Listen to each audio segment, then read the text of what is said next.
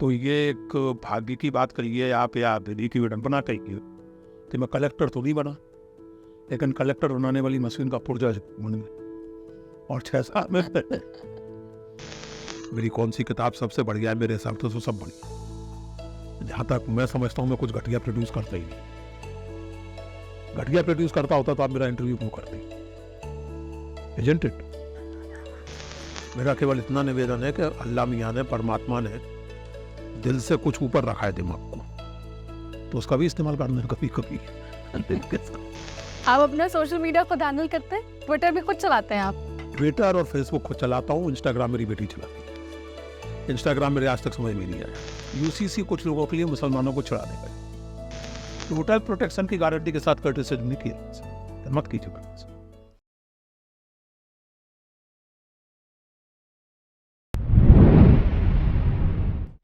आज हमारे साथ हैं पुरुषोत्तम अग्रवाल जी। आप एक्स मेंबर रहे हैं यूपीएससी के, साथ ही आपने एक्सटेंसिव रिसर्च की है कॉन्स्टिट्यूशन पे, और आपकी बुक हु इज़ भारत माता लिखी गई है जवाहरलाल नेहरू पर। और सर, आपने बहुत अच्छा किया आप यहाँ आए, शुक्रिया में मौका देने के लिए। It's a pleasure to be here, thank you.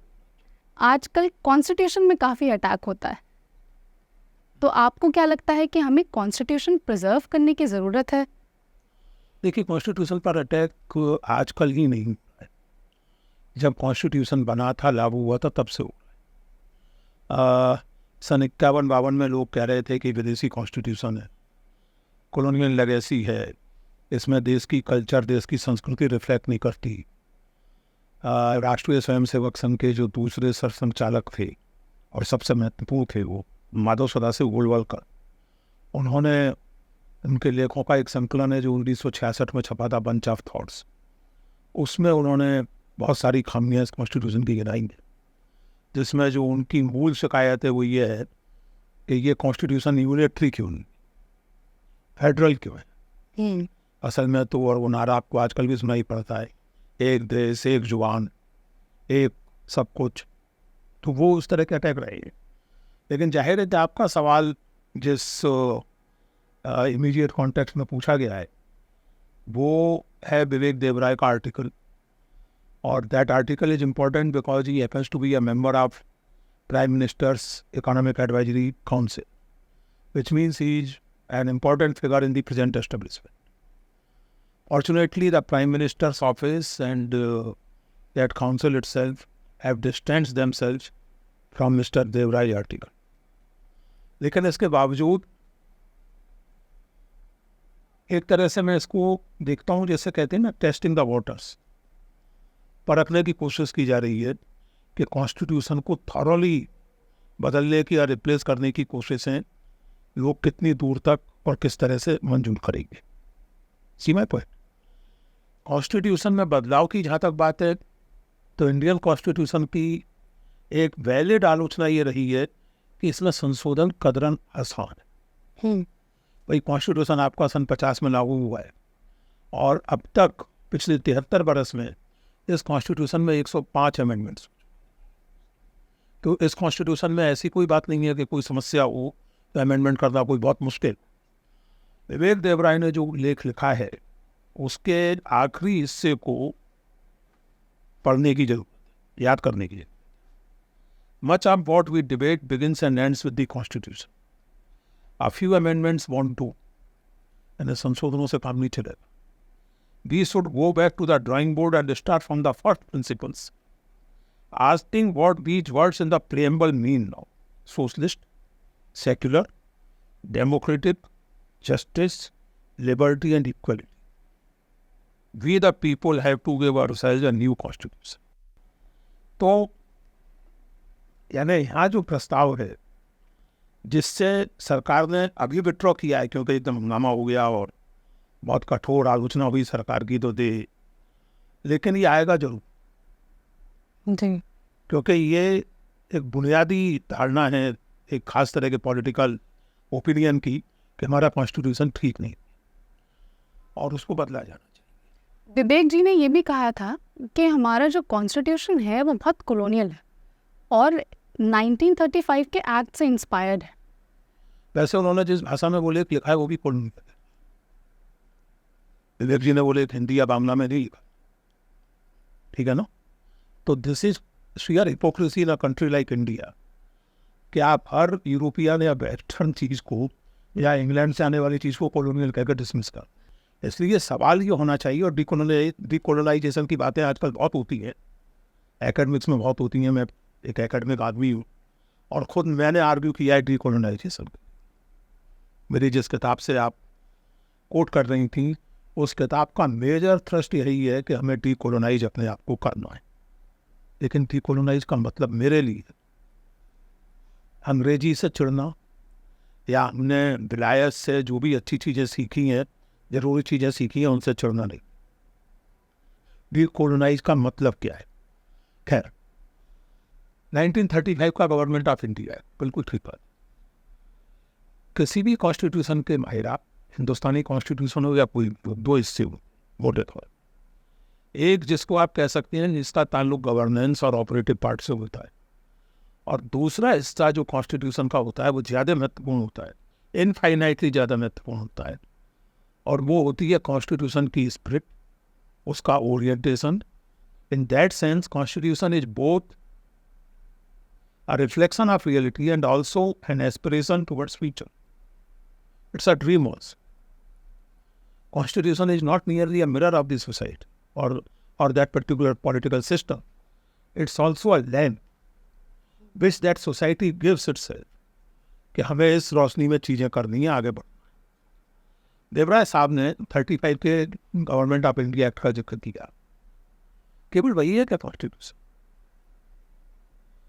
Constitution की जो प्रियम्बल है, कॉन्स्टिट्यूशन में जो राइट्स के चैप्टर हैं, कॉन्स्टिट्यूशन में जो डेमोक्रेटाइजेशन पर एम्फेसिस है, गवर्नमेंट ऑफ इंडिया एक्ट जिस तरह से बना था और जो वहाँ उस समय चुनाव होते थे, उसमें प्रॉपर्टी की बंदिशें थी, एजुकेशनल क्वालिफिकेशन की बंदिशें थी, टैक्स की बंदिशें थी। इंडियन कॉन्स्टिट्यूशन में सब किए नहीं। कि वोट देने के लिए आपका इतना टैक्स पेयर होना जरूरी है, बल्कि वास्तविकता ये है, चूंकि आप महिलाएं, इसलिए खास करके आपसे कह रहा हूँ, वैसे सभी से कह रहा हूँ, आप महिलाएं, इससे कोई मतलब नहीं है। आप मुझे बता सकती हैं कि इंग्लैंड में जो डेमोक्रेटाइजेशन की दिशा में पहला कदम माना जाता है, मैग्ना कार्टा, वो कब हुआ था? कब ब्रिटिश मर्चेंट्स ने मजबूर किया था या लॉर्ड्स ने मजबूर किया था किंग को कि वो कुछ पावर अपनी छोड़े और जो एब्सोल्यूट मोनार्की थी उसमें कुछ कम नहीं।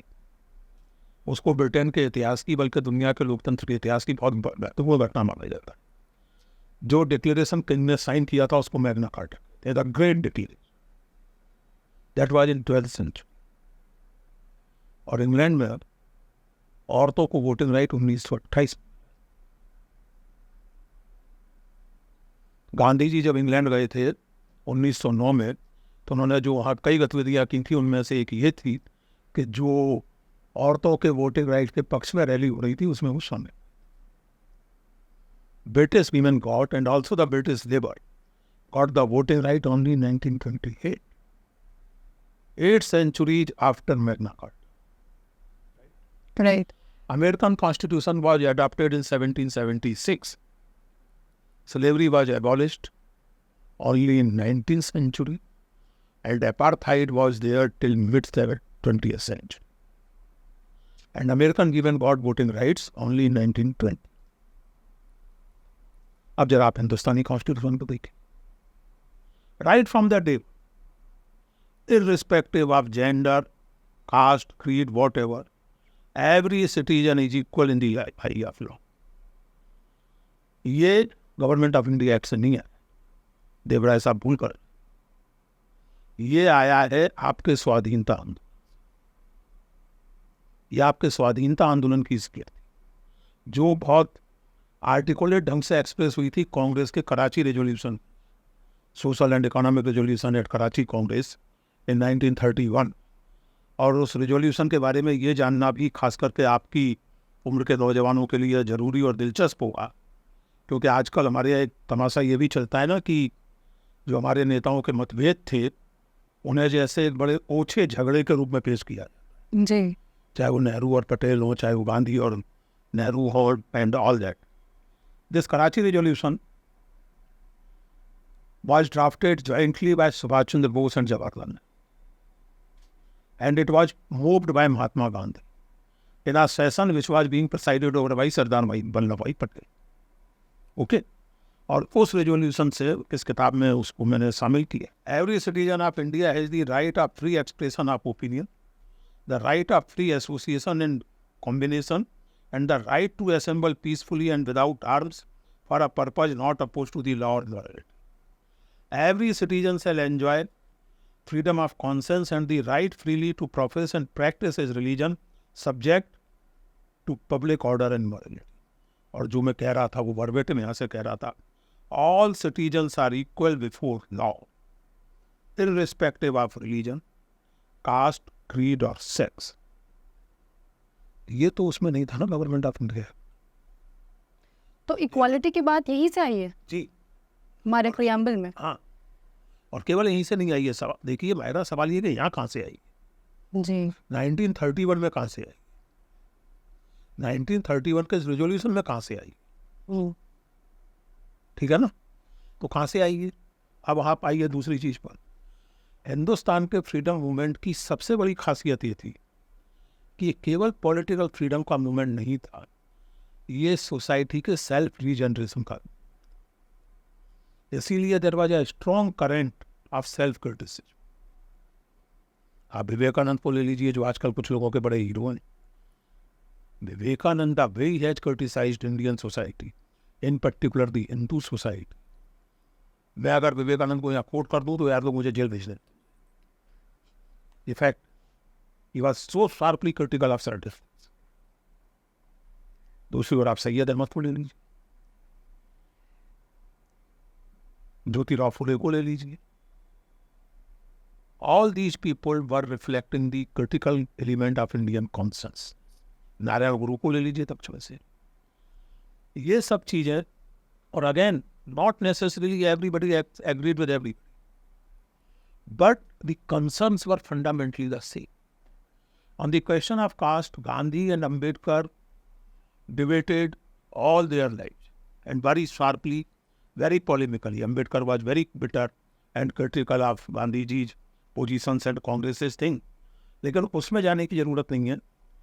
सच्चाई ये है कि स्वाधीनता आंदोलन ये जानता था, स्वाधीनता आंदोलन से जुड़ा हुआ कोई भी समझदार व्यक्ति ये जानता था कि भारत को केवल स्वाधीनता नहीं चाहिए, भारत को अपने समाज का भी पुनर्निर्माण कर, जिसमें जो इनइक्वलिटीज चली आ रही हैं सदियों से, जो ऑपरेशन चाहे वो कास्ट के नाम पर है, चाहे रिलीजन के नाम पर है, चाहे जेंडर के नाम पर है, उससे भी हमें मुक्त होना.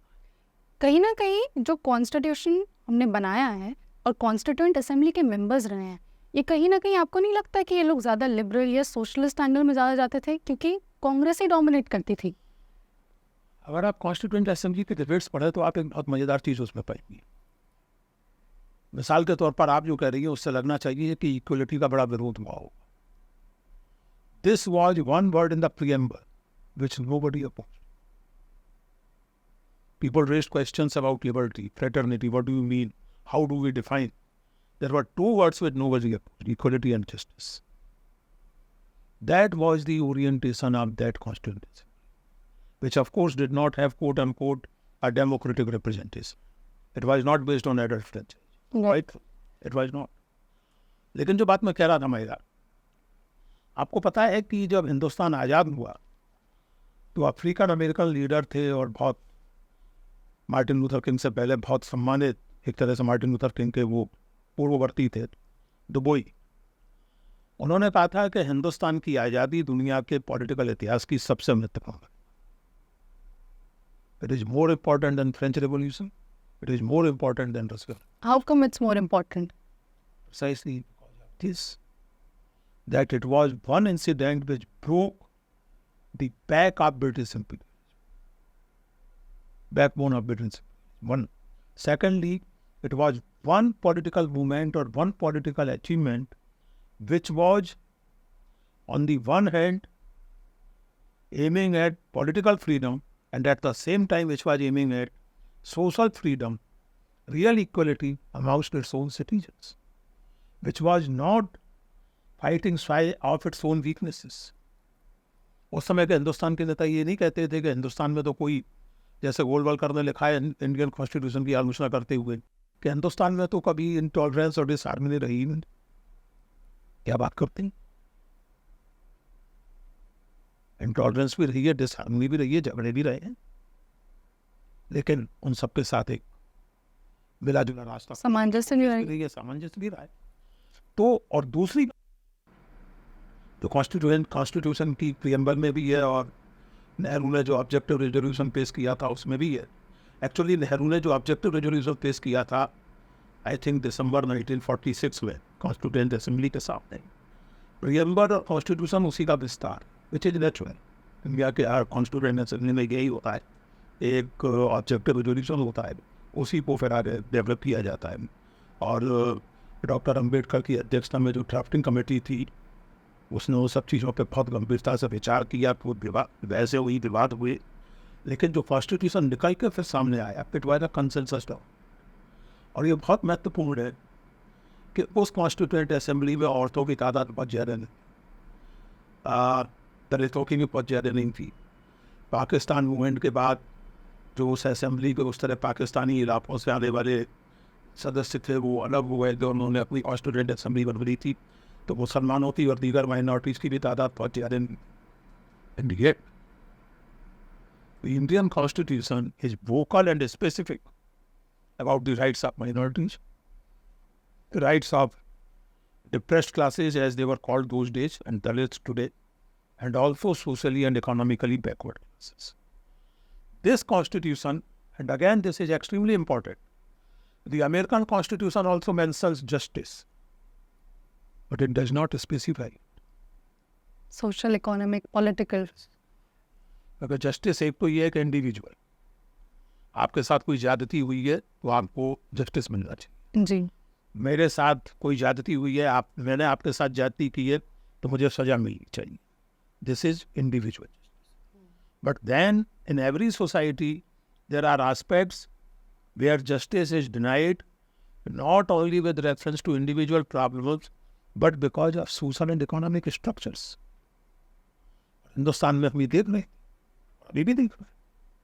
तो इसलिए इंडियन कॉन्स्टिट्यूशन को खत्म करने की बात करें या नए सिरे से लिखने की बात करें, और फिर इस तरह से सवाल उठाते हुए कि इन शब्दों का आज क्या मतलब है, तो मान लिया कि सोशलिस्ट और सेकुलर तो बाद में लिखे गए 42nd अमेंडमेंट, लेकिन सवाल तो आप इक्वलिटी पर नहीं उठा रहे। आपको तकलीफ इक्वलिटी से, और इक्वलिटी अगर वो ये समझते हैं ऐसे लोग कि इक्वलिटी का मतलब कोई मैकेनिकल इक्वलिटी है, इक्वलिटी की बात करने वाला कोई इतना मूर्ख नहीं।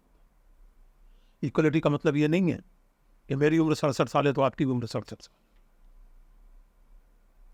इक्वलिटी का मतलब ये नहीं है कि सबको काट के बराबर कर दिया। इक्वलिटी का मतलब है equality of opportunity and removal of those things which make the equal availability of opportunity difficult. मैं पुरुष हूँ तो मुझे कुछ चीज़ें I can take for granted, you can not. मैं रात के 1 बजे कनाट प्लेस में अकेला घूम सकूँ, आपको पेरेंट्स नहीं घूमने देंगे, आपके दोस्त नहीं घूम। आप इक्वालिटी पे ज़्यादा बिलीव करते हैं कि इक्विटी पे? इक्वलिटी पर, समानता पर, अवसर की समानता, साधनों के उपलब्ध होने की समानता। That's what I am trying to tell कि इक्वलिटी का मतलब ये नहीं है कि साहब जिनके पास बहुत पैसा है वो सबसे बांट के, सबसे खींच के 1000 सबको बांट दिए। That's not the point. Point ये है कि हर आदमी को पैसा कमाने का, पढ़ने का, लिखने का मोटा मोटी एकदम इक्वलिटी तो नहीं हो पाती है, और एक लेकिन एक ओरिएंटेशन उस तरफ का होना चाहिए। इक्वलिटी का ये भी मतलब नहीं है कि ऑर्गेनाइजेशनल स्ट्रक्चर नहीं होगा। किसी भी ऑर्गेनाइजेशन में इक्वलिटी होती है, कोई बॉस होता है, कोई सबऑर्डिनेट होता है, कोई एग्जीक्यूटिव होता है, कोई जूनियर एग्जीक्यूटिव होता है, लेकिन वो जन्म के कारण नहीं या उम्र के कारण नहीं, अपॉर्चुनिटी की वजह से, अपॉर्चुनिटी की वजह से, एक एबिलिटी की। आप लड़की हैं, आप माइनॉरिटी हैं, आपकी उम्र कम है, कल को अगर आप जिले की कलेक्टर हो तो मैं आपसे ये उम्मीद नहीं कर सकता कि आप मुझे उठ के सलाम करें, मुझे को करना पड़े। because the point is not your gender or your age or your religion. The point is your position. So society should ensure that a girl from a Muslim background, a girl from a poor background for that matter, or Hindu background or Dalit background, does not find it impossible to reach that position of power. That is equality. And इसका ये मतलब नहीं है कि वो समाज में स्थापित हो गया है, but that is the dream. As I told you, every constitution is about a dream. An Indian constitution is a wonderful dream. We talk about dreams, तो we also talk about constitutional morality जो आजकल गुम हो जा रही है. Constitutional morality बहुत articles में सुनने को मिलता है, डिबेट्स में सुनने को मिलता है, लेकिन इसका एग्जैक्ट मीनिंग क्या है? मीनिंग ये है कि आप कॉन्स्टिट्यूशनल वैल्यूज और example secularism as it is, और सेकुलरिज्म भी मैं एक बात साफ कर दूँ, इस कराची रेजोल्यूशन में भी वो बात आती है. हिंदुस्तानी कॉन्टेक्स्ट में सेकुलरिज्म का मतलब ना तो रिलीजियस होना है और ना ही सेकुलरिज्म का मतलब किसी भी रिलीजियस ट्रेडिशन के प्रति अवहेलना का या एक डिसमिस करने का भाव, और ना ही सेकुलरिज्म का मतलब किसी एक रिलीजन को प्रीपोंडरेंस. दूसरी बात ये कि सेकुलरिज्म का मतलब ये भी नहीं है कि आप कल्चर को करें. दुनिया के किसी भी समाज में रिलीजन और कल्चर बहुत गहरे में जुड़े, तो आपको ये देखना होता है इंडियन कॉन्टेक्स्ट में जो सेकुलरिज्म का मतलब कि नोबडी फील्स डिप्राइव्ड और persecuted or insulted or humiliated because of her religion. That is what secularism in Indian context means. और इसीलिए हिंदुस्तान में किसी को ऐतराज़ नहीं होता था अभी कुछ दिन पहले तक कि कोई नेता मंदिर जाता है या कोई नेता मस्जिद जाता है. तो कॉन्स्टिट्यूशनल मॉरलिटी की जो बात है वो ये है कि आप जेन्युइनली इस तरह की पॉलिटिक्स करें जो हेट्रेड की पॉलिटिक्स नहीं. आप जेन्युइनली इस तरह की पॉलिटिक्स करें जो डेमोक्रेटिक इंस्टीट्यूशंस को सबवर्ट करने की पॉलिटिक्स है. आप एमएलएज की खरीद फरोख्त ना करें, आप कॉन्स्टिट्यूशनल बॉडीज में छेड़छाड़ ना करें, लेकिन जाहिर है कि उस पर अमल करने ना करने का काम तो लोगों का है. तो जैसा कि डॉक्टर अम्बेडकर ने कहा था कि बेहतरीन से बेहतरीन कॉन्स्टिट्यूशन बेकार हो जाएगा अगर उसको लागू करने वाले लोग सही और सक्षम नहीं होंगे. तो इसमें कॉन्स्टिट्यूशन का दोष नहीं है अगर कोई प्रॉब्लम है. और देखिए मैं फिर से कहूँ आपसे, इंडियन कॉन्स्टिट्यूशन की तो ये खूबी है कि it's to a certain extent it's easy to amend. क्या दिक्कत है, कर लीजिए. लेकिन आप जब इस तरह के अटैक करते हैं तो अटैक किस एंगल से हो रहे हैं वो देखने चाहिए. जैसे मैंने आपको एक गोलवलकर जी का उदाहरण दिया, उनका अटैक डाइवर्सिटी, फेडरलिज्म के वो सख्त खिलाफ है. हालांकि वर्तमान प्रधानमंत्री फेडरलिज्म की बहुत वकालत करते हैं, या जब गुजरात के मुख्यमंत्री थे तो करते थे. तो फेडरलिज्म के गोलवलकर जी खिलाफ. विवेक देवराय जी जो है वो इक्वलिटी को लेकर कुछ उनको लगता है प्रॉब्लम है. इन चीज़ों को लेकर मुझे I would be happy to criticize constitution or any document to any extent. The point is that what is the departure point of my criticism? If I were to criticize any document, I would criticize it for not being democratic enough. Not for being democratic. That's the difference. बहुत बार democracy पे जैसे blot लग रहा है, हम बोलते हैं, तब लग रहा होता है जब कॉन्स्टिट्यूशन पे हम अमल नहीं कर पाते. अभी जैसे कि महबूबा मुफ्ती ने कहा है कि आर्टिकल 370 से रिलेटेड कि सुप्रीम कोर्ट इसमें देखते हैं कि श्री कृष्ण का रोल प्ले करेंगे या धृतराष्ट्र का. तो किस तरह का प्रोसेस रहा आर्टिकल 370 को हटाने का? 370 का मायरा ऐसा है कि 370 को हटाने के पीछे पॉलिटिकल पर्पजेज, क्योंकि 370 का अगर आप इतिहास देखें 1953 से 51 से जब से वो लागू, धीरे धीरे उसके प्रोविजन से एक तरह से खुद ही खत्म होती जा रहा है. नोबडी वाज बॉदर, एक एक करके वो चीज़ें खत्म. और अगर उसको ख़त्म करना भी था, मैं कोई बहुत इसको नहीं मानता उसको आपने ख़त्म किया, ठीक है, किस ढंग से खत्म.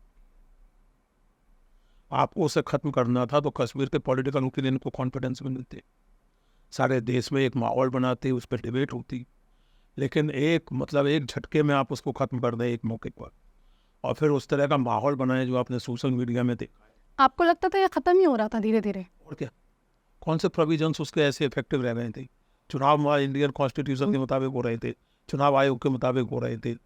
कश्मीर की कॉन्स्टिट्यूएंट असेंबली का कहीं था पता नहीं था, कोई परवाह भी नहीं करता था। तो क्या उसमें रह गया था? और मैं फिर भी कह रहा हूँ कि ठीक है, खत्म कीजिए उसको। मैं फिर से आपसे कहूँ, सवाल ये है कि आप किस लिहाज से और किस पर्पज से कर, आपका पॉलिटिकल पर्पज है क्या है? आपने 370 खत्म किया, उसके बाद आपने कश्मीर को स्टेट की बजाय यूनियन टेरिटरी कर दिया। क्यों? क्या जरूरत है उसको यूनियन टेरिटरी करने की? यानी वही वाली बात कि you behave, the central government wants to behave like a control freak. Control करना है हर चीज को, सीधे सेंटर से कंट्रोल करना है भाई। एससी में ये पूछ रहे हैं हाँ, तो वो तो कि ऐसी वहाँ प्रेसिडेंट रूल लगाना जरूरी था, उसका नहीं तो- डिवीजन जरूरी था। तो वो ऐसी वैसी पूछ रहे हैं तो ठीक है। वो मतलब मैं तो कोई कॉन्स्टिट्यूशनल एक्सपर्ट हूँ नहीं, इसका जवाब सरकार देगी और जो लोग पिटीशन लेके गए वो इस पर बहस करेंगे। लेकिन एज अ सिटीजन मैं ये महसूस करता हूँ कि चाहे नरेंद्र मोदी हो या इस देश में कोई भी प्रधानमंत्री, देखिए एक बात बहुत साफ तौर से समझ लेते, बहुत साफ तौर से, इस देश का सोशल स्ट्रक्चर ऐसा है और ये हजारों साल से ऐसा है कि आप वो छोटी से छोटी तादाद को एंटेगनाइज करके या फ्राइटन करके समाज में शांति की उम्मीद, कितनी ही कम तादाद हो किसी, आप उनको लगातार एक फ्राइटन करके, लगातार एक उनको मार्जिनलाइज करके समाज में माहौल अच्छा नहीं बनेगा। आज जो स्थिति है, जो पोलराइजेशन की बात होती है, यानी अभी मैं फेसबुक पे पढ़ रहा था कल परसों फिर से, और ये बात पिछले कई सालों से हम रोज पढ़ रहे हैं, घरों में झगड़े हो रहे हैं, पॉलिटिकल डिफरेंसेस इतने शार्प हैं, इतने झगड़े। मुझे लगता है कि जो भी सरकार है, जो भी देश में जिम्मेदार पदों पर बैठे लोग हैं, प्रधानमंत्री जी हैं, देखिए क्या होता है कि कोई पॉलिटिकल व्यक्ति अपने आप को रिप्रेजेंटेटिव के तौर पे देखता है, लीडर के तौर पर। लीडर उसको कहते हैं जो दिशा दिखाए। केवल पब्लिक इमोशंस के ऊपर चलने वाले को लीडर नहीं कहते। अब जैसे मैं एक मिसाल दूंगा, मैं इसमें नहीं जा रहा कि मणिपुर में किसकी गलती है किसकी, I don't want to go into that, कर सकते हैं बात, लेकिन एट द मोमेंट मणिपुर में देखते देखते आज 2.5-3 महीने it's a situation virtually of civil war. प्रधानमंत्री did not speak assembly, and when he spoke, he bracketed Chhattisgarh and Rajasthan. पूरे देश में आप केरोसिन फेंक रहे हो, आपने मणिपुर में केरोसिन फेंकी और फिर चिंगारी लगा दी, अब आप हरियाणा में कर रहे हो, पूरे देश को आप जलाने में लगे हो। नॉर्थ ईस्ट की इन समस्याओं की कोई जननी है तो जननी एकमात्र कांग्रेस है। ये पॉलिटिकल पेटीनेस, छत्तीसगढ़ और राजस्थान में जो क्राइम अगेंस्ट वीमेन हो रहे हैं, ये आप उनको उस स्केल के बराबर रख सकते हैं जो मणिपुर में हुआ है या हो रहा है। मुझे इसको लेकर चिंता होती है। आप केवल कश्मीर की बात क्यों? वो इंडिपेंडेंस डे की स्पीच में तो बोल रहे थे कि अब माहौल ठीक हो रहा है। हाँ, तो इंडिपेंडेंस डे की स्पीच में बोल रहे थे ना, जब वो इतने दिन संसद नहीं चल पाई और उनकी सरकार को लो कॉन्फिडेंस फेस करना पड़ा, तो virtually he was speaking under political pressure. Why he could not speak before? That's my question. See, again, it's not just a question of Kashmir or Manipur. And it's not just merely a question of Indian Constitution itself. It's a question of the very idea of India. What kind of idea of India you want to develop? What kind of idea of India you want to cultivate? Devaraya साहब कह रहे हैं 2047 बहुत अच्छी बात है। 2047 में आप कैसा हिंदुस्तान देखना चाहते? हम भी चाहते हैं प्रॉस्परस हिंदुस्तान देखना, और प्रॉस्परस तो वो होगा, क्योंकि प्रॉस्परस तो जिन 70 सालों को आप पूछते रहते हैं, 75 सालों को, उनके चलते ही प्रॉस्पेरिटी आएगी। हवा में तो टपक नहीं पड़ी है प्रॉस्पेरिटी। इज इट ट्रू और नॉट? राइट। अरे ये अजीब, आजकल लोग लॉजिक बिल्कुल भूल गए। इस तरह बातें होने लगी हैं कि जैसे मैं किसी से कहूँ कि साहब मैं तो पैदा ही 6.25 फुट का हुआ था, आज मैं 6.25 फुट का हूँ भाई, 60 साल पहले नहीं था। राइट? राइट। तो आज आपकी इकोनॉमी ट्रिपल, चौथी, पांचवी, तीसरी, दूसरी जो भी है, हाउ कैन यू सो अनग्रेटफुली से 70 साल में हुआ क्या? नहीं हुआ तो आपके हमें से पहुंच गई इकोनॉमी, आपकी यहाँ पहुंच गई। उसमें चाहे प्लान्ड इकोनॉमी हो, चाहे बाद में लिबरलाइजेशन हो, चाहे किसी की सरकार हो, there should be a sense of acceptance. समस्याओं को स्वीकार करते, समस्याओं की बात करते हैं तो उपलब्धियों को भी तो माननी है। Very problem here,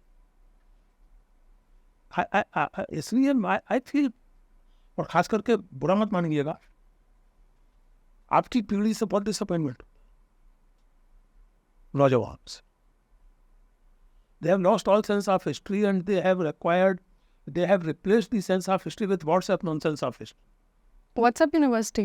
WhatsApp university और WhatsApp nonsense whatever. मतलब नौजवान लोग मुझसे पूछते हैं साहब क्या हुआ?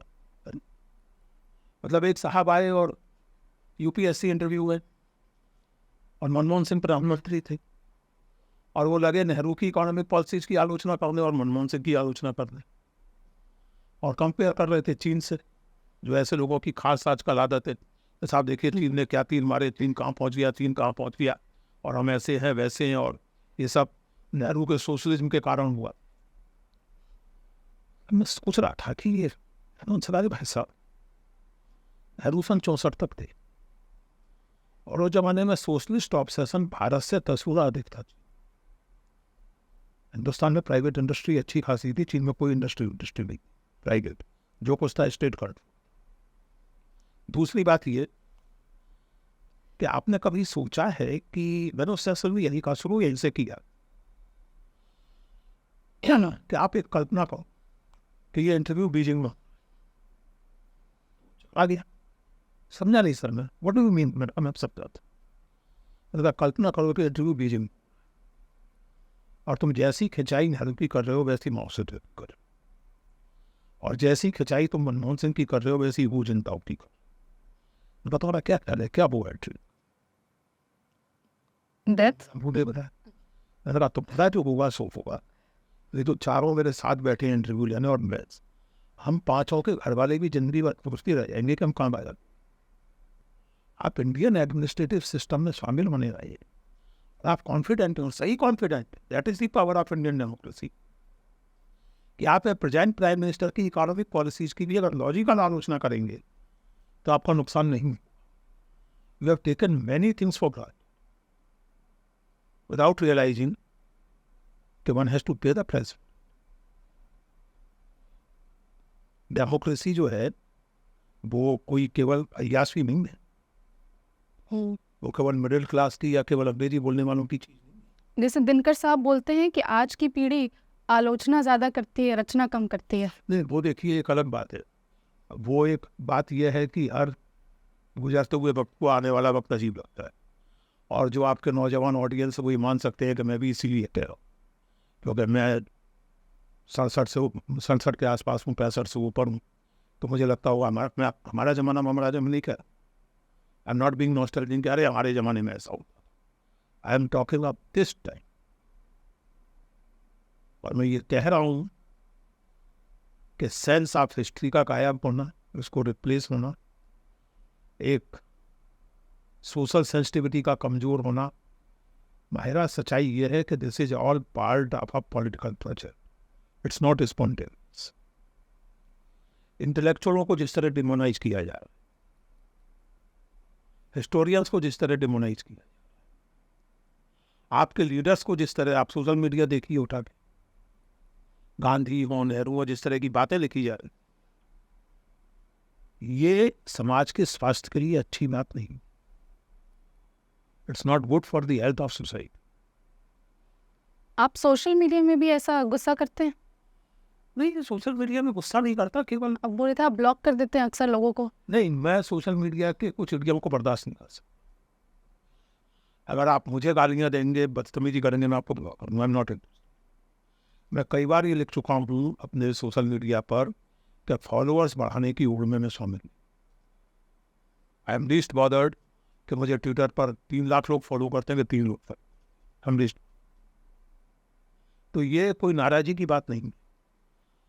और मेरे नाराज होने ना होने से आपको कोई फर्क भी नहीं पड़ता। अच्छे सची, मैं नाराज हो रहा हूँ, होता रहो, मैं जो कह रहा हूँ सच है। Credibility is important. और ये आपको खुद सोचना है।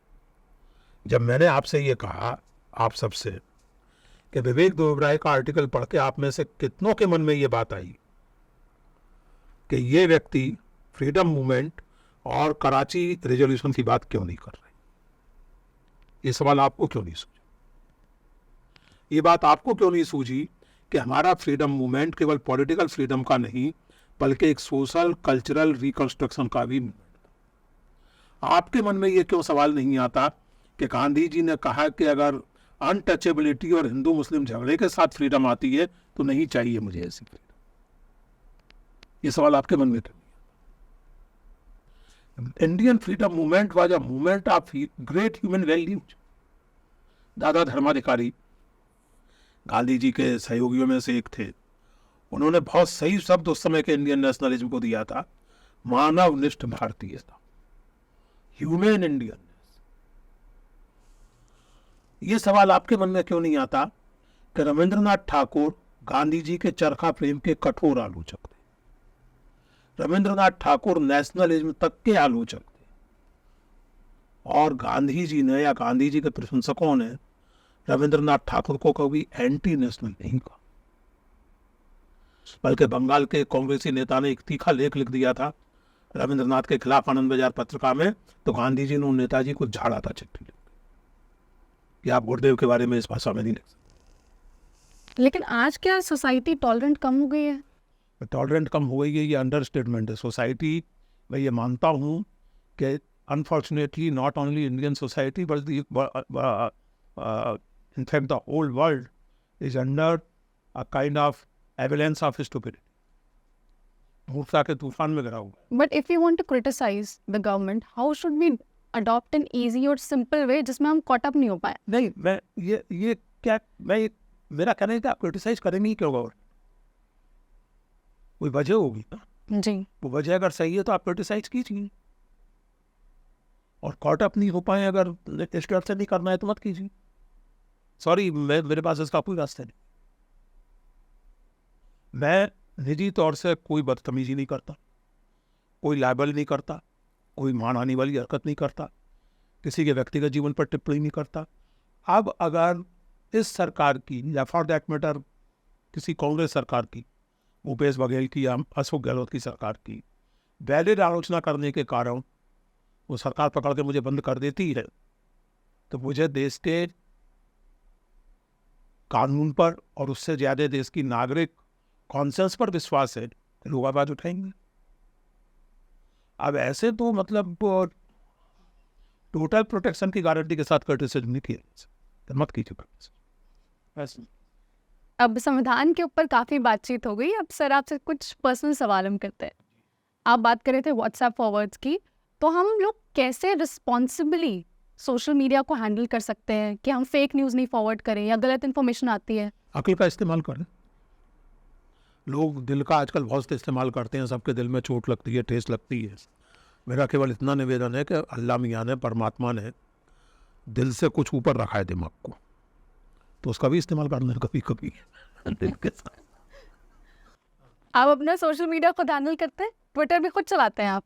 ट्विटर और फेसबुक खुद चलाता हूँ, इंस्टाग्राम मेरी बेटी चलाती है। इंस्टाग्राम मेरे आज तक समझ में नहीं आया। आप खुद बैठ के खुद ट्वीट करते हैं? हाँ? और खुद ही सबको ब्लॉक भी कर देते हैं, खुद ही आप सब ऐड करते हैं, कोई आपने नहीं रखा? एक असिस्टेंट है मेरा, कभी कभार मेरी मदद करता है, कभी कभार क्या वही करता है, लेकिन जैसे लिखना हो तो मैं ही लिखता हूँ। अच्छा। वो ट्विटर पर मैं किसी और से नहीं लिखवाता। और इंस्टाग्राम में? इंस्टाग्राम तो मैंने कहा ना, मुझे सच ये कि मुझे इस्तेमाल करना ही नहीं आता। लेकिन आपको सर्च करना आता है, अभी आपने सर्च करके फॉलो करा है। तो अब इतना बेवकूफ़ थोड़ी हूँ सर्च ऑप्शन उसमें दिया आता है, उसको दबाना तो आता है। हमें अभी तक फेसबुक यूज़ करना नहीं आता, इंस्टाग्राम चलाना आता है। I think Instagram is easier than Facebook. आप एक बार चलाएंगे? सभी नौजवान यही कहते हैं, लेकिन मैं इससे सहमत नहीं हो पाता। मेरी बेटी भी यही कहती जी। है, तो शायद तुमसे थोड़ी बड़ी होगी, वो भी यही कहती है। और हम लोग क्या करते हैं आजकल, बहुत ज़्यादा कैंसिल कल्चर पे भी आ जाते हैं। हर चीज़ कैंसिल, बॉयकॉट, कैंसिल, ये फिल्म बॉयकॉट करो, ये पर्सन को करो, इसने कुछ बोल दिया इसको हटाओ, ये मत खाओ, ये मत करो। देखिए, इसमें ये बड़ा दिलचस्प और बहुत महत्वपूर्ण सवाल है। अभी मैं एक इंटरव्यू में दे रहा था, तो उसमें मुझसे एक लड़की ने पूछा था कि सर, जो चीज़ें लोगों के रिलीजियस सेंटिमेंट्स को हर्ट करती हैं उन्हें बैन क्यों ना किया जाए। तो मैंने उससे छूटते ही कहा था कि आपने जो कपड़े पहन रखे हैं ये मेरे एस्थेटिक सेंस को हर्ट कर रहा है, तो मैंने बैन कर दें। छूटते ही ये कहा था। मैंने कहा मैं इतने लंबे लंबे कुर्ते पहनने का आती, मतलब आदि जैसे, कुछ लोगों को बुरे लगते होंगे, अजीब लगते होंगे, इन्हें बैन कर दें। किसी भी चीज़ को, बात चल रही थी फिल्म आदि पुरुष की, मैंने कहा मैं आदि पुरुष कभी नहीं देखूंगा, मैं देख ही नहीं सकता, फॉर द सिंपल रीजन कि उसके दो एक विजुअल जो मैंने देखे। अब आप कल्पना कीजिए कि सीता जी का हरण करके रावण जिस पुष्पक विमान में ले गया वो चमगादड़ की तरह है। मेरी सीमा है, आई कांट स्टैंड दिस। तो मैंने तय किया कि भैया मेरे मुँह का नहीं है, मैं 2.5-3 घंटे इस फिल्म को लेंगे एनीवे। लेकिन मैं ये नहीं कहूँगा कि उसे बैन कर दिया जाए। बैन करना किसी भी डेमोक्रेटिक सोसाइटी में एकदम आखिरी कदम होना चाहिए। सबसे पहले हम लोग बैन करने की बात वही मैं कह रहा हूँ, एकदम आखिरी कदम होना चाहिए। सब जब हो जाए, बहुत ये सीरियस मामला हो, नेशनल सिक्योरिटी को थ्रेट हो, कोई इस तरह की स्थिति हो, पब्लिक मॉरलिटी का बहुत ज़बरदस्त आउटरीच का कोई सीन हो, ऐसी स्थिति हो, तब बैन की बात सोचनी चाहिए। और तब भी even in such extreme cases banning should be the very last number. I totally oppose this ban. Secondly, cancel culture, that is more of subjective and personal.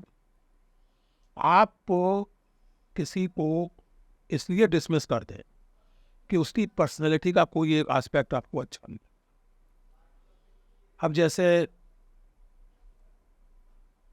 एक क्लासरूम लेक्चर में मुझसे मैंने पाब्लो नेरूदा को coat कर दी, एक लड़की नाराज हो गई क्योंकि पाब्लो नेरूदा की सेक्स लाइफ काफ़ी स्कैंडलस थी।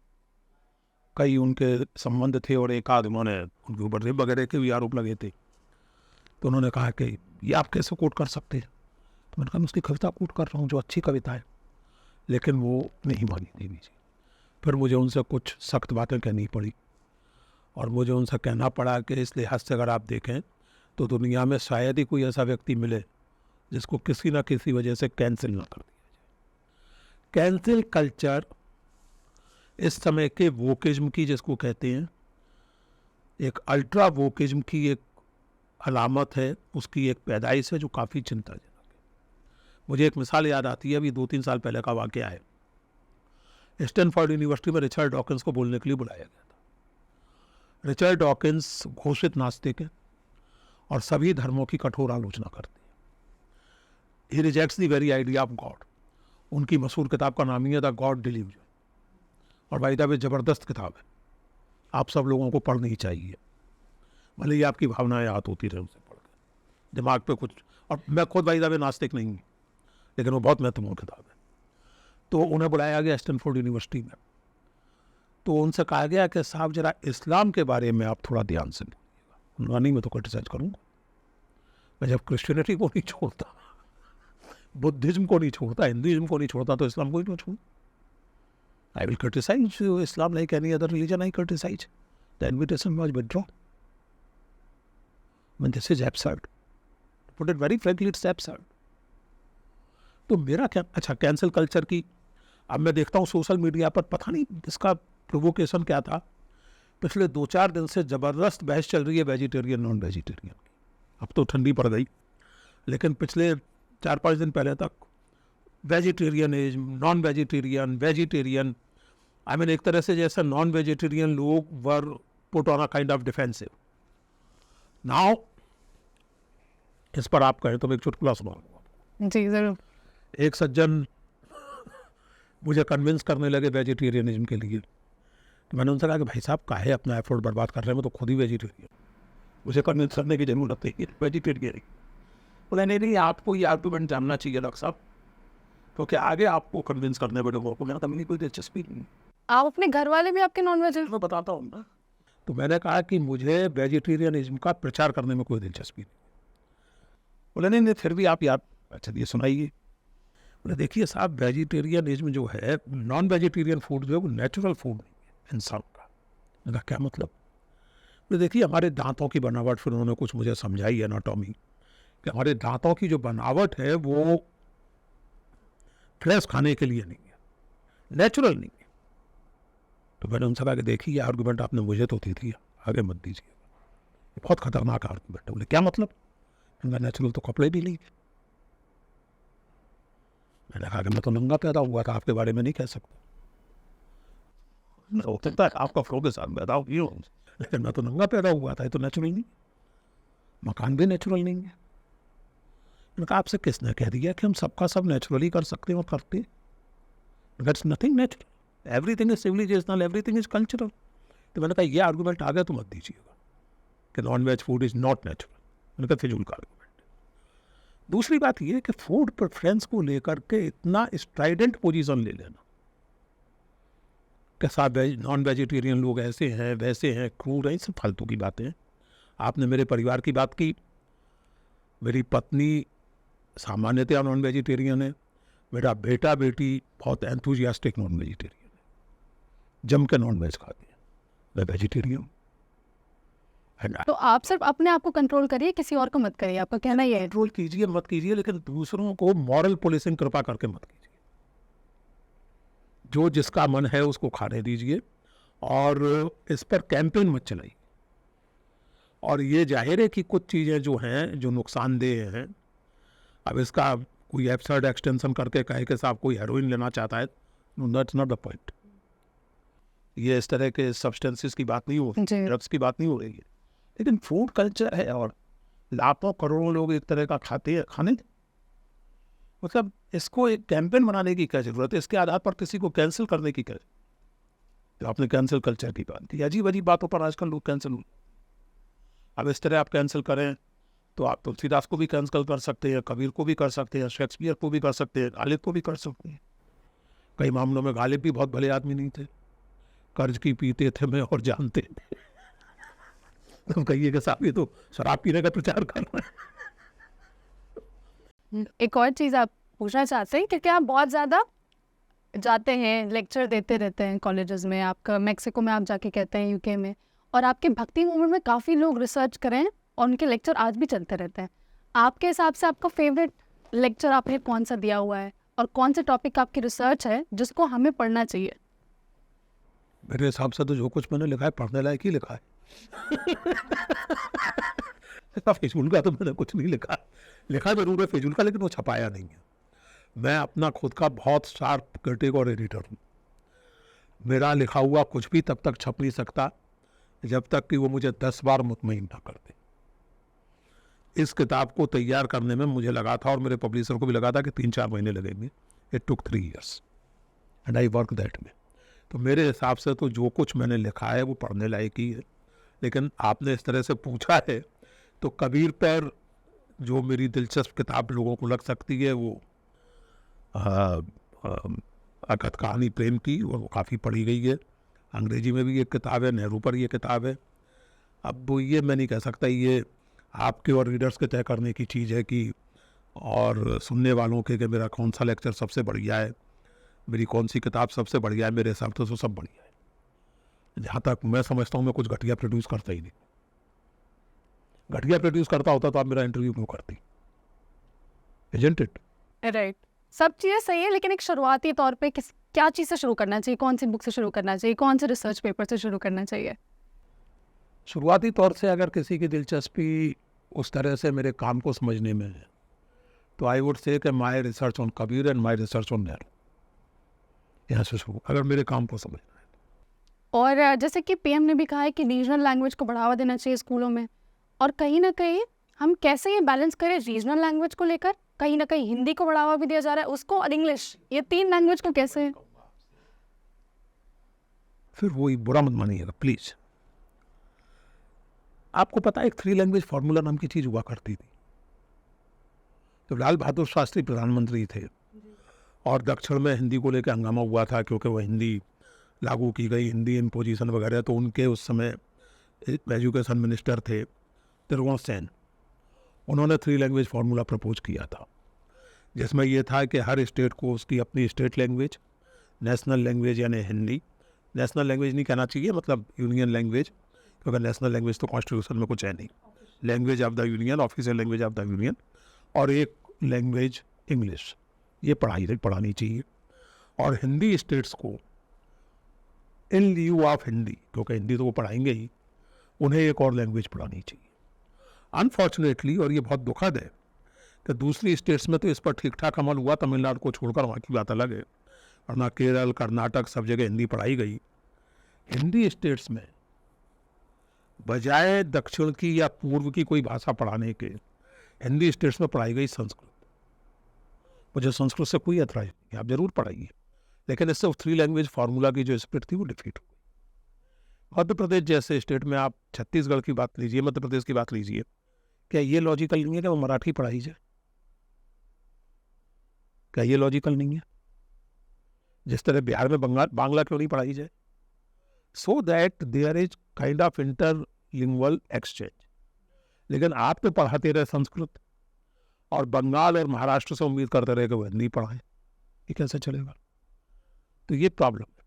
आपकी जो स्थिति है उसमें अंग्रेजी आपको पढ़नी होगी, पढ़ानी होगी, एक हिंदी यूनियन लैंग्वेज के तौर पर, और रीजनल लैंग्वेज वो आपको पढ़नी चाहिए, पढ़ानी ही चाहिए। इसमें नई बात क्या है? आजकल यूपीएससी टीचर्स जो हैं बहुत ज़्यादा फेमस हो रहे हैं सोशल मीडिया में, उनके रील्स बहुत ज़्यादा फेमस होते हैं, हम लोग देखते रहते हैं। आप किसी यूपीएससी टीचर को देखते हैं, बोलते हैं ये बहुत अच्छा पढ़ाते हैं? मुझे तो यूपीएससी की परीक्षा देनी। मेरे पिताजी जो हैं वो किसी भी मिडिल क्लास हिंदुस्तानी की तरह ये चाहते थे कि चूंकि उनका लड़का थोड़ा टैलेंटेड है, तेज है, तो कलेक्टर बन जाए। और मैंने तय कर दिया था कि मैं कलेक्टर तो नहीं बनूंगा। मेरा शुरू से बहुत क्लियर था कि मैं प्रोफेसर बनूंगा, राइटर बनूंगा। तो ये एक भाग्य की बात करिए आप या विधि की विडंबना कहिए कि मैं कलेक्टर तो नहीं बना, लेकिन कलेक्टर बनाने वाली मशीन का पुर्जा बन गया। और 6 साल में बनाए होंगे कुछ कलेक्टर, कुछ नहीं भी बनाए होंगे। बाकी ये जो यूपीएससी कोच, देखिए एक तो खैर एक चीज और ध्यान रखिए, ये लोग कोच है, and again I don't mean to disrespect anyone, लेकिन जो आपने पूछा है, मैंने इनमें से कईयों के नाम तक नहीं सुने, क्योंकि मुझे कोई मतलब नहीं है उससे। मैं जानता हूँ कि वो रील वगैरह बहुत पॉपुलर होती हैं, रील बहुत सी चलती हैं सोशल मीडिया पर, रील वील में देखता नहीं। पिछले दिनों एक खाम खा के विवाद में मैं फंस गया था, तो उन्होंने मेरी किसी किताब से कोट किया था, तो जनता उनके पीछे पड़, मेरे पीछे भी पड़ गई, और मुझे पूछा गया कि ये आपने, तो फिर मैंने उसमें स्थिति स्पष्ट की सोशल मीडिया में। यूसीसी पे काफ़ी बहस हो रही है, टीवी में हम देख लें, आर्टिकल्स बहुत पब्लिश होते हैं, और आर्टिकल 44 में भी लिखा है कि इंडिया शुड स्ट्राइव यूसीसी की तरफ। लेकिन यूसीसी एक्चुअल में है क्या? किसी लेमैन के लिए ये क्या चीज़ है? और जो बहस कर रहे हैं उनसे पूछिए, सरकार ने कोई मसौदा जारी किया है यूसीसी? नहीं, अभी तक तो कुछ नहीं है। असल में दिक्कत क्या है, इस मुल्क में कुछ बड़ी फनी चीजें हो, वो अल्टीमेटली फन। यूसीसी कुछ लोगों के लिए मुसलमानों को चढ़ाने का, क्योंकि उनको लगता है 4 साल। अच्छा, इस मुल्क में मुसलमानों में और मुसलमानों के नेता खास करके वो भी कम फनी नहीं, वो भी छोड़ने को तैयार बैठे। जैसे यूसीसी की बात होती है सबसे पहले वो चल के बोलने लगते हैं, शरीयत याद आ जाती है उन्हें, पर्सनल लॉ याद आ जाता है। मायरा ऐसा है कि जब बातचीत शुरू हुई और नॉर्थ ईस्ट से चीज़ें आनी शुरू हुई इधर उधर से, तो आप गौर कीजिए कि अब यूसीसी का जोश ठंडा पड़ा, क्योंकि तुरंत ही बात सामने आई कि the moment you talk of uniform civil, तो सरकार ने पहले तो ये क्लैरिफाई किया कि आदिवासी इससे प्रभावित नहीं हुए, फिर और तमाम चीज़ें। हिंदू समाज में ही कई रीत रिवाज, कई विवाह संबंधों को लेकर के बंदिशें और एक्सेप्टेंस ऐसी हैं जो उत्तर में जुदाएं, दक्षिण में जुदाएं। Of course UCC should be stable for, constitution में है, लेकिन फिर अगेन हर चीज़ को पॉलिटिसाइज नहीं किया जाना। क्या इतनी डाइवर्स कंट्री में यूनिफॉर्मिटी पॉसिबल है भी? सही द पॉइंट, यूनिफॉर्मिटी अगर पॉसिबल आप करना भी चाहे तो किस तरह की यूनिफॉर्मिटी, किस हद तक यूनिफॉर्मिटी? जैसे मैंने आपको कहा कि हिंदुओं की ही कई बिरादरियों में, जैसे दक्षिण में मामा और भांजी का विवाह ठीक माना, उत्तर में तो नहीं माना जाता। तो दक्षिण में होने वाला विवाह गैर कानूनी होगा या उत्तर में होने वाला गैर कानूनी? या ये होगा कि अगर आप उत्तर में है तो नहीं है, दक्षिण में है तो ठीक है, उत्तर में आपको गैर कानूनी, यूसीसी तो खत्म होगी। इसलिए मैंने कहा कि यूसीसी इस देश में एक खास तरह के पॉलिटिकल परसुएशन के लिए मुसलमानों को भड़काने का, छुड़ाने का बहाना है, और मुसलमान इतने महान हैं, यानी उनके कुछ नेता के उखड़ से बढ़ गया। यूसीसी इस मुल्क में अगर कभी लागू होगा तो only after a very long and काम डेलीगेशन, शांति से, विस्तार से। आप यूसीसी लोग हिंदुस्तान के, कई बार मुझे क्या लगता है कि लोगों के दिमाग में हिंदुस्तान के विस्तार की और विविधता की कल्पना तक नहीं। आज आप दिल्ली में बैठी हैं, यहाँ बारिश हो रही है, क्या ठीक ऐसे ही बारिश हैदराबाद में भी हो रही? नहीं, हैदराबाद में जो टेम्परेचर है इस समय, क्या वैसे ही टेम्परेचर श्रीनगर में नहीं? लोग भी डाइवर्स है, टोपोग्राफी भी डाइवर्स है। इस कदर यहाँ विविधता है, रीत रिवाज इतने डाइवर्स है, इतने अलग अलग। तो यू हैव टू इमेजिन, अभी तक नॉर्थ ईस्ट में और केरल में ऐसी कम्युनिटीज है या मैट्रिलिनियज, उत्तराधिकार जब वहां से थे, क्या करेंगे आपस में? गैर कानूनी घोषित करेंगे। तो यूसीसी, मैंने जैसे आपसे कहा कि एट दी मोमेंट कुछ नहीं होगा। 2024 को चुनाव के पहले 1-2 बार फिर हंगामा शुरू होगा, लेकिन तब तक चूंकि राम मंदिर बन चुका होगा तो उससे ज्यादा वोट मिलने की उम्मीद होगी। तो UCC will be on the back burner. अभी सुप्रीम कोर्ट ने ईडी को एक्सटेंशन मिला है, 3rd एक्सटेंशन दिया था, उसके खिलाफ बात की थी, बट फिर भी सरकार ने इसे ले आई। सुप्रीम कोर्ट ने अप्रूव भी कर दिया उसे जी। अब उसके लिए क्या किया है? देखिए क्या कि सभी सरकारें थोड़ा बहुत करती है, लेकिन इस सरकार ने कुछ मर्यादाओं का उल्लंघन करने की कसम खा, यानी जो स्थिति आपने बना दी है, या तो सचमुच आप करप्शन के खिलाफ ईडी का इस्तेमाल कर रहे हैं तो ताबड़तोड़ कीजिए, लेने में भी कोई हर्ज नहीं है, या नाम ना ही ले तो अच्छा है। महाराष्ट्र में एक नेता थे जिन्हें करप्शन की गंगोत्री कहा जाता था, जिन्हें अली बाबा और 40 चोर कहा जाता था, जिनके बारे में महाराष्ट्र के पूर्व मुख्यमंत्री फिल्म शोले का वो डायलॉग सभाओं में दोहराते थे, चक्की पीसिंग, चक्की पीसिंग, चक्की पीसिंग। आज वो नेता कहाँ है? जेल में है। तो जब अपोजिशन वाले ये कहते हैं कि बीजेपी नहीं बल्कि एक वॉशिंग मशीन है जिसमें करप्ट आदमी घुसता है और उधर से एकदम साफ सफेद होकर निकलता है, तो क्या ना, आपने तो करप्शन को और ईडी को एक ऐसा डंडा बना दिया है कि जिससे डरा के आप पॉलिटिकल सपोर्ट खरीद रहे हैं। नॉर्थ ईस्ट में एक मुख्यमंत्री हैं, बड़े चर्चित और बड़े प्रिय इस समय कुछ लोगों के, उनके बारे में भी कहा जाता था कि उनको हम जेल भेजेंगे। आज वो कहाँ है? तो इसलिए मैं करप्शन का कोई समर्थन नहीं करता, करप्शन बुरी चीजें नहीं होनी चाहिए, बट देन ये नहीं हो सकता माहिरा कि मैंने करप्शन किया तो मैं बंद कर दिया जाए, और आपने करप्शन किया और फिर जाके एक पार्टी में आप शामिल हो गए तो आप छोड़ दीजिए। It doesn't serve that. और आपने मीडिया की बात की, तो मीडिया का रोल तो मैं फिर से एक बार ही कहना चाहता हूँ कि अगर कभी ये सवाल सीरियसली पूछा गया, मैं पहले एक इंटरव्यू में कह चुका हूँ कि ये देश मूर्खता के तूफान की चपेट में क्यों आया, तो राजनेताओं से 100 गुना अधिक जिम्मेदारी नहीं। 4th पिलर की है। आपने चूंकि करप्शन और ईडी की बात की, आर्यन खान केस क्या हुआ? और जो अफसर उस समय मीडिया के हीरो थे वो आज कहाँ है? उन अफसर पर खुद पर करप्शन के चार्ज, राइट, और मीडिया ने उनको हीरो बना रखा। तो मीडिया आजकल सिर्फ येलो जर्नलिज्म कर रही है। Whether it is yellow journalism or sub-yellow journalism or super-yellow journalism, but it is not journalism at all. Whatever it is not. Oh, so what it is? Well, as they say, कि जिस चीज को सरकार छुपाना चाहती है वही खबर देती, बाकी सब पी इसमें मीडिया तैयार कर, क्योंकि खबर तो वही है जो सरकार छुपाना चाहती।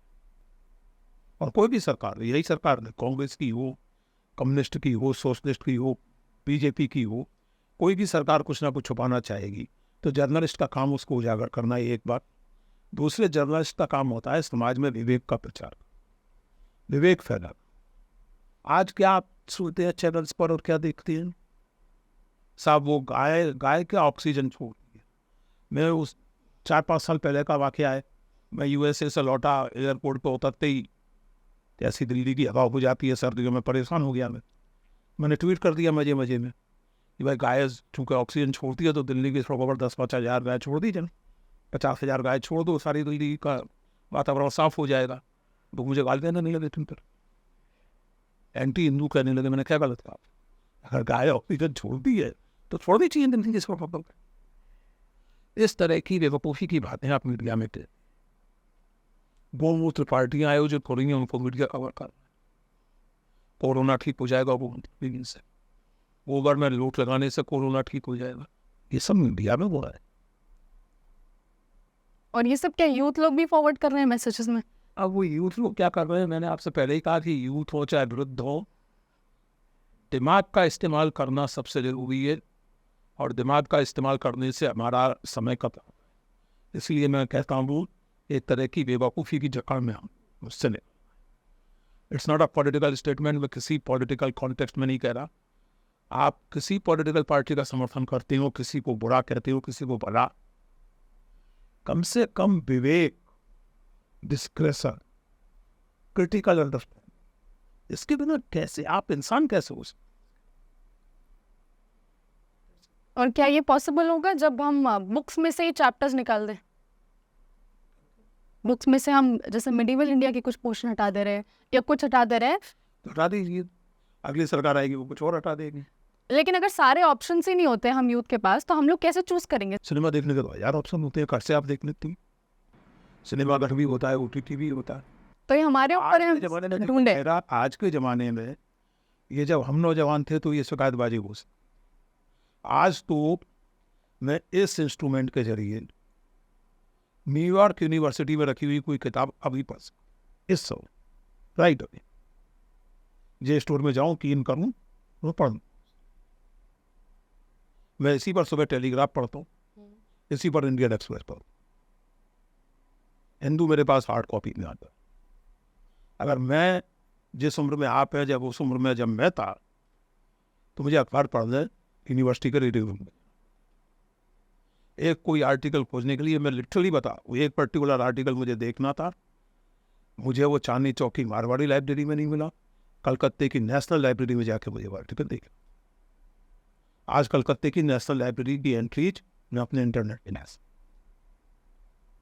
पे तो हमारी रिस्पॉन्सिबिलिटी है कि हम ढूंढ के पढ़े। Yes, if you want to remain a human being, otherwise जो आपको बनना है बन जाए, एज सिंपल एज। आपने बहुत ह्यूमन बीइंग होना भी एक रेस्पॉन्सिबिलिटी का, बिल्कुल responsibility, it's not merely a privilege, it's a duty. And also to gain knowledge. Yes, gain knowledge, gain critical knowledge, and extend it and expand it and disseminate it. जैसा मैं कर रहा हूँ इस समय, जी, तो that's what you should have. आपने महात्मा गांधी पे बहुत सारी बातें लिखी हैं और आपका बहुत फेमस स्टेटमेंट है, जैसे हम बोला जाता था मजबूरी का नाम गांधी, और आपने उसे चेंज कर दिया मजबूती का नाम गांधी जी। आप क्या एक चीज़, एक प्रिंसिपल, या आपने कुछ भी लिखा है उनके बारे में, आप युवाओं को बताना चाहेंगे? महात्मा गांधी एक बात कहते थे कि सत्य और अहिंसा, ये मैं कोई नई बात नहीं कर रहा, ये तो सदा से चली आ रही बात है, it is as old as it is, ये गांधी जी कहा करते थे। मेरा कहना यह है कि गांधी जी सत्य के, हालांकि सत्य के बारे में भी मैं बात कर सकता हूँ, लेकिन गांधी जी अहिंसा के बारे में थॉरोली ओरिजिनल बात, इसलिए गांधी जी के इस स्टेटमेंट को उनकी विनम्रता के स्टेटमेंट के रूप में लेना चाहिए, लिटरली नहीं है। गांधी जी दुनिया के पहले फिलोसफर, और ऐसे फिलोसफर हैं जो एकेडमिक फिलोसफर नहीं थे, बल्कि डे टू डे पॉलिटिक्स में फिलोसफर थे, जिन्होंने ये महसूस किया और कहा। देखिए, ऐसा है कि दुनिया की हर ट्रेडिशन में, रिलीजियस और सेकुलर, देयर इज अ पवित्र एंड देयर इज अ अपवित्र, sacred violence, non sacred.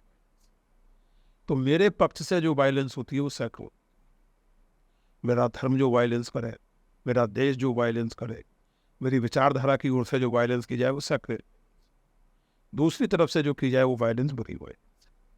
Gandhi ji पहले व्यक्ति हैं जो सैक्रेड वायलेंस को इंटर, जो वायलेंस मात्र को इंटर, और इसीलिए गांधी जी को गाली देने का आजकल बहुत फैशन है, और गांधी जी की हर बात से मैं भी सहमत नहीं, वो हो नहीं सकता। लेकिन ये फैक्ट है कि जैसे मार्टिन लूथर किंग ने बहुत सब्सिडेंटली इसको रखा था कि now the choice is not between violence and non violence, it is between non violence and non existence. There is no end to violence, particularly political. Gandhi ji ये बातें कर रहे थे, डे टू डे पॉलिटिक्स में रहते हुए कर रहे थे, नफरत झेलते हुए कर रहे थे, गालियां खाते हुए कर रहे थे, और अंततः उन्हें गालियां नहीं आखिरकार गोलियां निकाली। ये नहीं बात है। It's also a unique situation in world history कि एक राष्ट्रीय आंदोलन के नेता को उसी के देश, उसी के धर्म के मानने वालों लोगों ने गोली, ठीक है, और इसके बावजूद Gandhi stood for honest principles, चाहे नोआखली हो, चाहे तिहाड़ हो, और जब आखिर में उनका था कि मैं पंजाब, पाकिस्तान वाला पंजाब, वहाँ जाऊँगा। So there is no way except non-violence and tolerance. No other way. और नॉन वायलेंस का मतलब ये नहीं है जो बहुत सारे बेवकूफ़ लोग कहते हैं कि कुछ भी होता रहे, ऐसा कुछ। Non-violence is not inaction. Non-violence, exactly. Non-violence is not inaction. Non-violence is not accepting everything, every nonsensical. Gandhi also did not mean that. लेकिन इस पर बात कभी करनी हो तो in fact I would love to talk about this very slogan coined by me, मजबूती का नाम मानना। वी मस्ट टॉक अबाउट, क्योंकि ये एक अच्छा सवाल आपने पूछा, लेकिन आखिर में पूछा है, समय वक्त हो गया, आपकी ऑडियंस भी थक जाएगी और मैं तो थक ही गया। अब इतनी बातें हम करते हैं, आप राजनीतिक टिप्पणियां भी देते रहते हैं। हमारी ऑडियंस ये जानना चाहती है कि आप क्या राज्यसभा मेंबर बनेंगे, क्योंकि आप जैसे इंटेलेक्चुअल्स की बहुत जरूरत है राज्यसभा में। बनवाएंगे मुझे राज्यसभा का मेंबर कैसे बनते हैं पता है ना जी। तो आपके लिए, आपकी ऑडियंस के लिए ज़्यादा ज़रूरी ये है कि अगर आपको मेरी बातें दिलचस्प लगती हैं, अच्छी लगती हैं, तो मेहरबानी करके मेरा लिखा हुआ पढ़ेंगे। ये जो एक नई तरह की लिटरेसी पैदा हुई है हमारे समाज में, अगर आदमी सुनना चाहता, पढ़ना नहीं चाहते, I really don't like this. मैं आपसे बात कर रहा हूँ इतनी देर से, घंटों हुए, और ठीक है इसको लोग देखेंगे, but still I would request all of you to please read, reflect on not only my writings but many other people's writings. पढ़ने का और एकांत में बैठ के सोचने का वही विकल्प। There's no idea.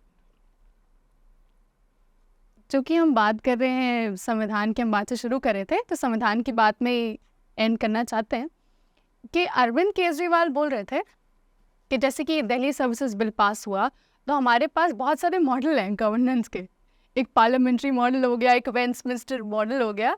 अब ये सरकार जो है वो बोलते हैं कि एक नया संघी मॉडल ला रही है, तो आपको लगता है वो सही बोल रहे हैं या उनके क्या ख्याल है? संघी मॉडल क्या होता है ये? अरविंद केजरीवाल जी काफ़ी रोचक है। वो संघी मॉडल वगैरह की आज बात कर रहे हैं, जब वो कांग्रेस के तथाकथित भ्रष्टाचार के खिलाफ जबरदस्त आंदोलन चला रहे थे तो किसके साथ चला रहे? किसके व्यवहारिक समर्थन से चला रहे? एक सवाल तो। दूसरा सवाल ये है कि जहाँ तक वो सर्विसेज बिल की बात है, वो ठीक है, मैं खुद इस मामले में मैं आम आदमी पार्टी सरकार की पोजीशन से सहमत हूँ, लेकिन उसके साथ एक दूसरा पेच, इसलिए ये इतना आसान सवाल नहीं है। आज चूंकि सरकार बीजेपी की है तो आप एक पोजीशन ले लें, लेकिन मायरा इस बात पर हम लोग खुद सोच रहे हैं, दिल्ली केवल एक दूसरा नगर या केवल एक दूसरी स्थिति नहीं है, दिल्ली देश की राजधानी एक, और जो मैंने आपसे पहले भी कहा था कि कंट्रोल फ्रीक वाली जो, लेकिन फिर वो सवाल पैदा हो, देखिए एक के बाद एक। कश्मीर में जब ये हुआ तो केजरीवाल जी का क्या है? पॉलिटिक्स में आप कॉन्स्टिट्यूशनल मॉरलिटी की बात कर रही थी, तो मॉरलिटी तो अपनी जगह, लेकिन एक कंसिस्टेंसी भी हो। जब एक बनी बनाई स्टेट को तोड़ करके यूनियन टेरिटरीज में बदल दिया, आप मुझे एनलाइटन कीजिए आम आदमी पार्टी का क्या? We welcomed it. We supported it. On that note, हम एंड करते हैं इस पॉडकास्ट को sir. Thank you so much आने के लिए. ज्ञान का सिलसिला ये चलता रहे और आगे भी आपसे मुलाकात हो और हम सबको इंस्पिरेशन मिले. बहुत शुक्रिया. Thank you.